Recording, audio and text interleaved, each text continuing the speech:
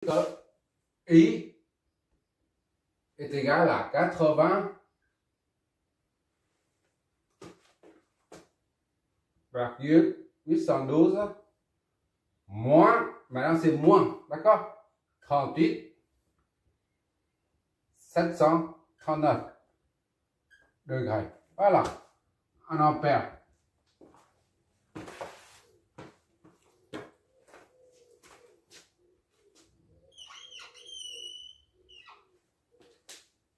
On voit bien ici que le courant est en retard là. La tension aussi à 0 degré. Ça, c'est la tension, c'est à 0. V égale à V, 0 degré. Tandis que le courant, lui, comme ça là, moins 38 degrés. 739. Voilà, I. C'est bien, ici là, on a dit là, un circuit inductif. D'accord? Le courant est en retard là. Tu vois là? En retard. C'est-à-dire il faut que le courant parcourt 4 plus 38 739 degrés pour rattraper la tension. Voilà. Mais algébriquement, c'est on calcule, on trouve moins 38. D'accord? Valeur algébrique là. Hop là. Qu'est-ce qu'il faut encore comme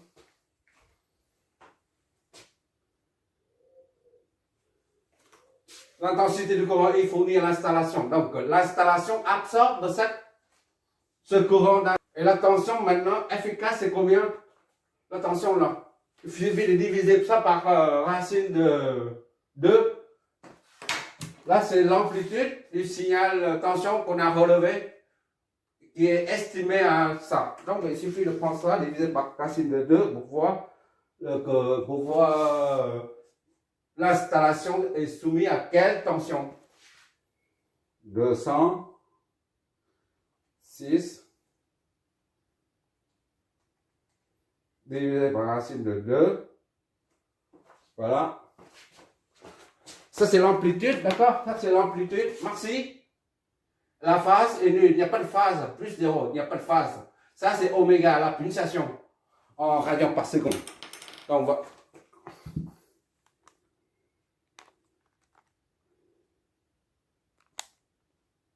On est à 210.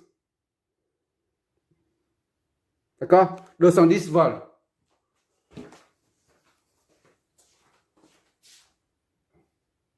V est égal à 205, 0.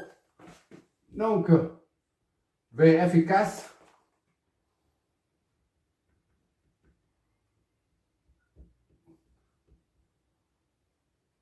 Divisé par racine de 2. V efficace et donc 210 volts efficace. D'accord?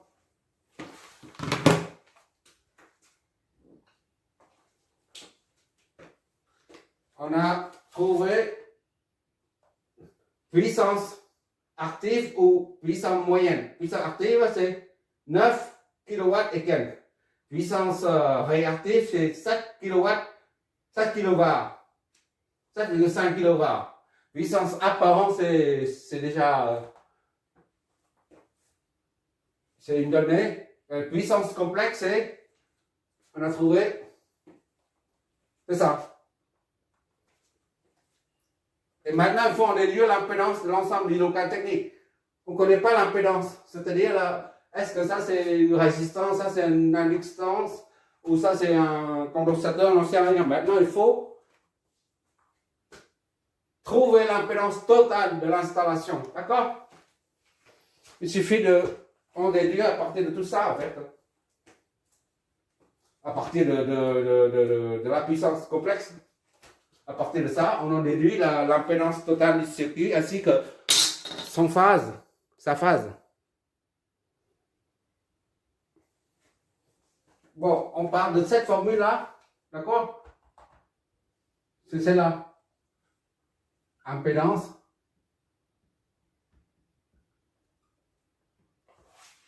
Z est égal à combien? Voilà. On va trouver l'impédance. S est égal à V fois I sur 2. Or, V est égal à Z fois I.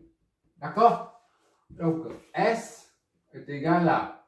On injecte V là-dedans. Z, I, d'accord? Fois I, conjugué, divisé par 2. D'accord? Ça va faire Z est égal à 2Z. Z est égal à 2S.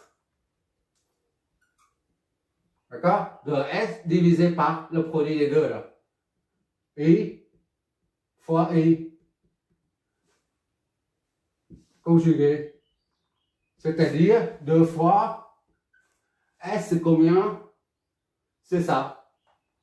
D'accord?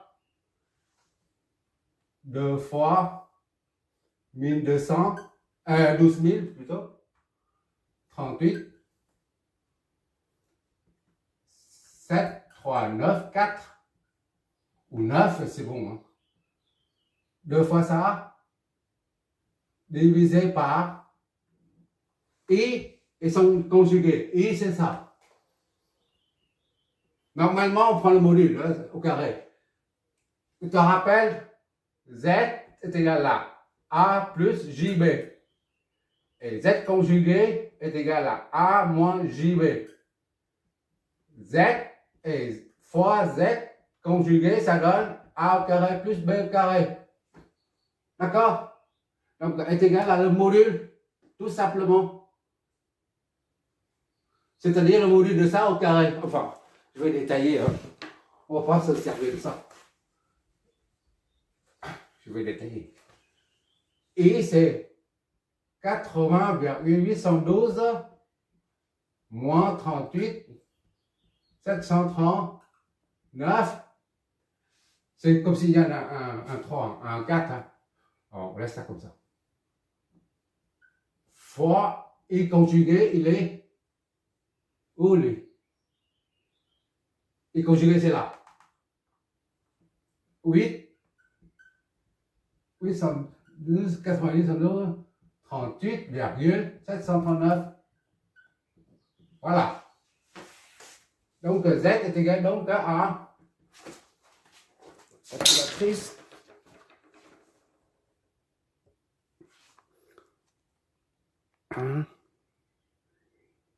Deux fois la puissance complexe, c'est 2000. D'accord? Et après, divisé par ça. Ça nous donne. Voilà. Module de phase. On n'a pas besoin de module de phase, mais on fait quand même pour connaître l'angle. Vérifier l'angle de phase de l'impédance. D'accord? Donc, ça fait 2,86 et 2,3. 2, 8, 6, 6, 2,3, G. O est égal à 3,615 et 38, 749 degrés. Voilà, tout ça c'est un homme, oui. Voilà, c'est terminé.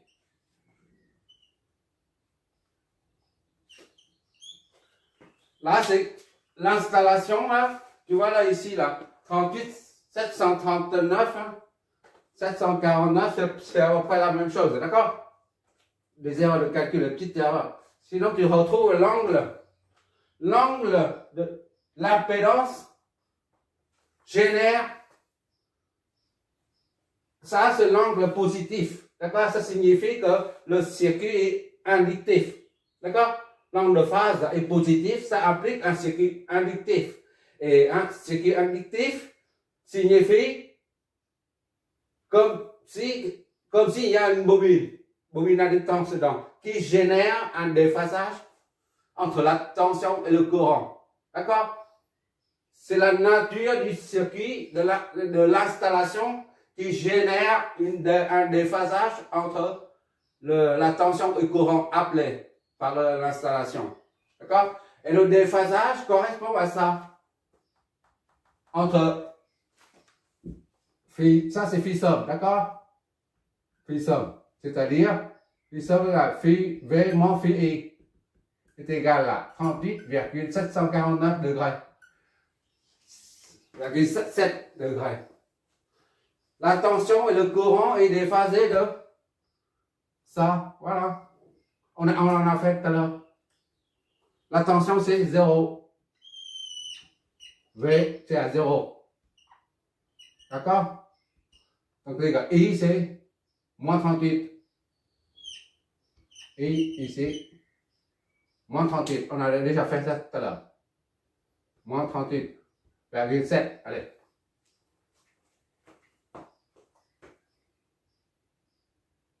Et Z là, l'installation peut être assimilée à Z égale à ça là. R. Et ça c'est L. Voilà. D'accord? Fourni par une source. Ça c'est Z. R est égal à 2,866 ohms. Et ça, c'est 2,3 G. D'accord? Voilà. Et I appelé par la I est égal à I efficace est égal à 80,812 ampères efficace. Ampères. D'accord? Et la tension c'est, maintenant on trouve la tension c'est V efficace 210 volts efficace. D'accord? Voilà.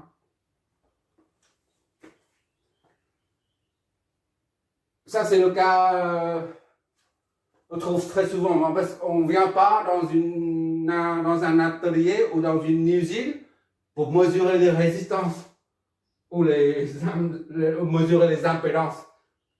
D'accord? On ne peut pas savoir, on ne peut pas démonter les chauffages ni les moteurs. On ne peut pas savoir ce qu'il y a dedans. Donc, il suffit de faire un relevé. Puis il suffit de faire un seul relevé, le facteur de puissance là, avec c'est-à-dire le cosinus phi là, et puis mesurer la tension au borne, et à partir de là, ces deux mesures suffisent pour déterminer toutes les puissances ainsi que l'impédance totale du circuit.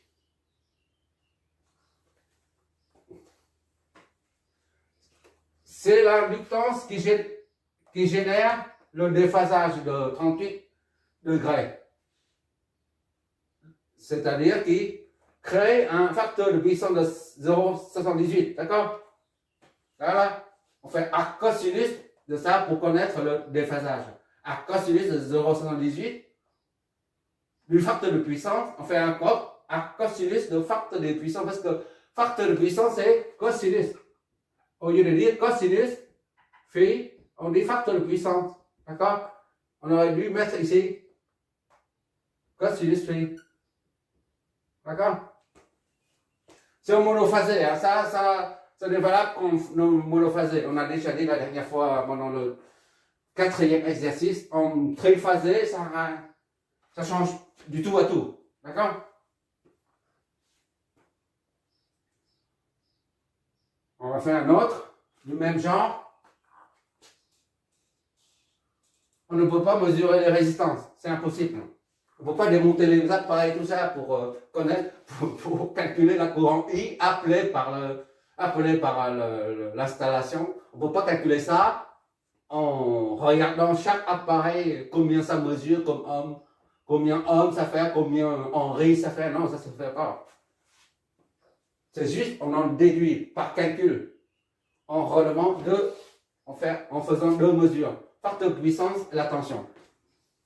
Et tout ça, ça j'ai mis un appareil, un wattmètre classique, hein, avec des aiguilles, mais en fait maintenant on a des trucs pour mesurer des appareils spéciaux. Comme pour mesurer les signaux. Quand j'étais dans la télécom, le réseau TNT, le premier réseau TNT c'était à Paris. TNT c'est quoi déjà TNT? C'est télévision numérique terrestre. Voilà. Tu vois chez les gens, je parle des appareils modernes, hein. Tu vois chez les gens, tu vas au sous-sol, tu vas dans chaque appartement, tu perces le mur, les poutres, tu perces tout ça, tu déplaces les meubles, les lits, tu déplaces tout pour pouvoir percer dans le mur et installer les câbles coaxiaux. Les câbles coaxiaux comme ça là. Voilà. Voilà, les câbles coaxiaux. Pour le réseau TNT. TNT, oui. Là, c'est à l'intérieur des stress métalliques, aluminium. On verra ça lors de l'étude CEM, d'accord? CEM. Compatibilité électromagnétique. Il y a des stress en aluminium. On verra ça pourquoi plus tard. Bah, tu perces le mur, tu files les câbles. Coaxiaux, on appelle ça coaxiaux, oui. Coaxiaux.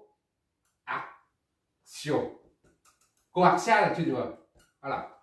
Coaxiaux. Une fois, là, une prise, là.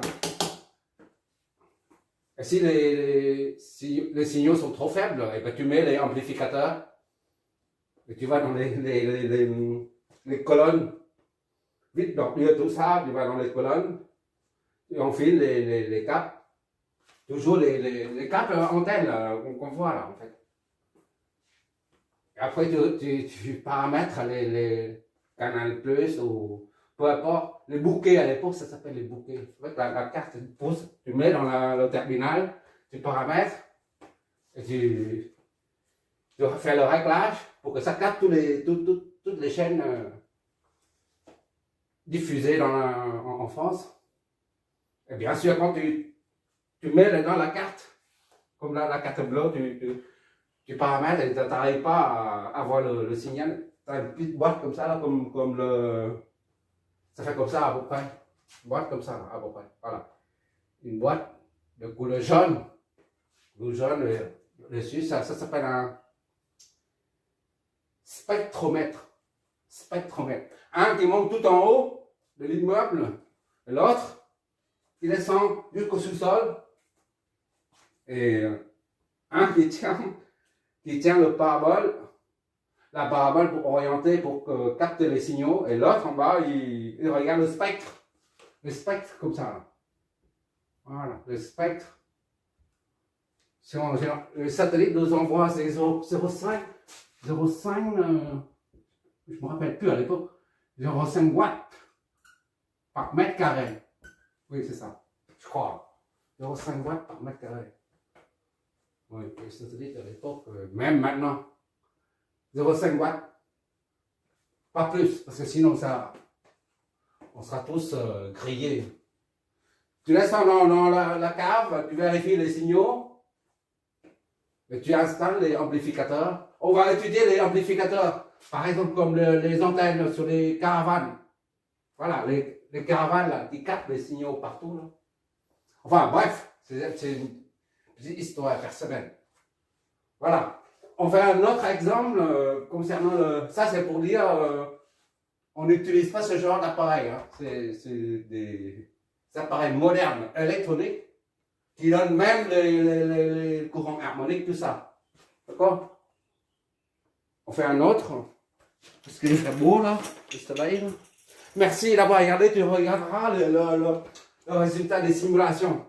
Pour pouvoir contrôler tout ça, il faut brancher une tension comme ça là. Il faut mettre une source de tension comme ça là, sans déphasage, et puis une résistance plus une inductance. D'accord? Ça c'est oméga intégral, là, ça là. Oméga de PF est égal à 376,991. Et à partir de là, tu en déduis 991 divisé par 2pi. Et ça donne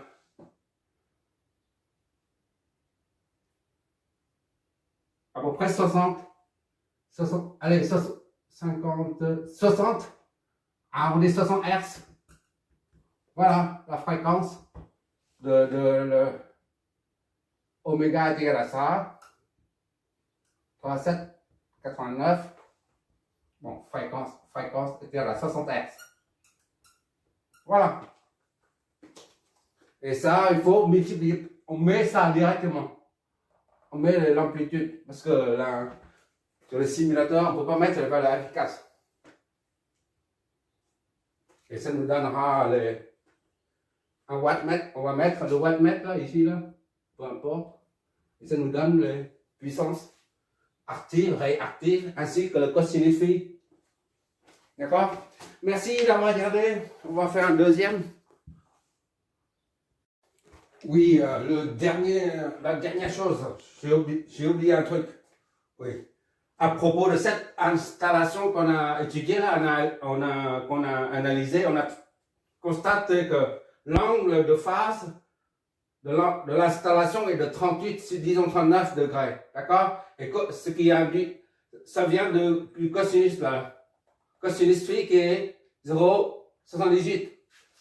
Disons c'est 0,8. D'accord? 0,8. Le cosinus phi, 0,8. Cosinus phi, facteur de puissance, et cosinus phi somme est égal à 0,78. C'est bien inférieur à 1. D'accord?